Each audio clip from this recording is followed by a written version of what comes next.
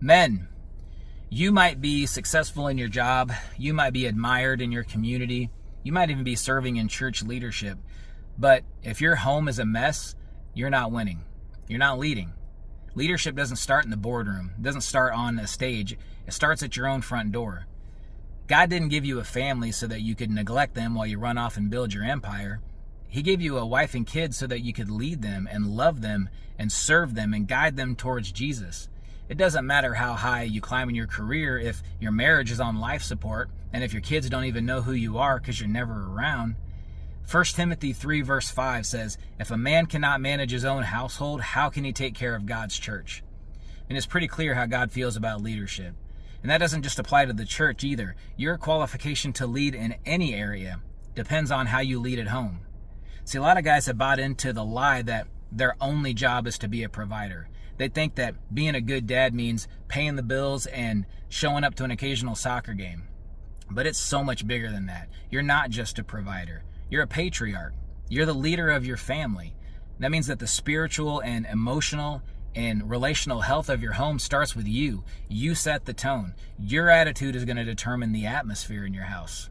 Your discipline or lack of it is either going to build peace or it's going to breed chaos.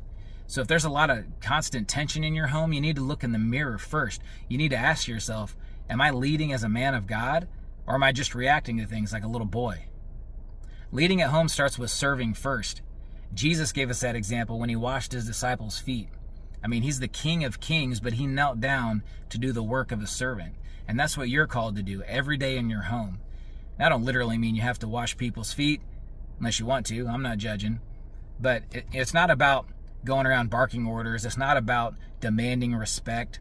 I mean, if you want respect, start with offering sacrificial love.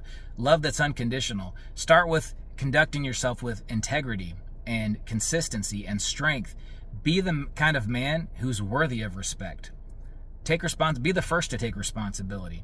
If your marriage is feeling distant, don't wait around for her to fix it. If your kids are acting rebellious, don't just blame the world. Own it. Figure out what you can do to make the situation better. Start asking better questions. Start having those hard conversations that you've been avoiding.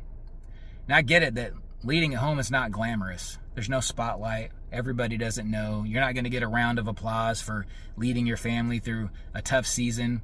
But heaven sees it, and God honors it. So let your greatest influence be in the place that matters the most, in your own home, with your own family.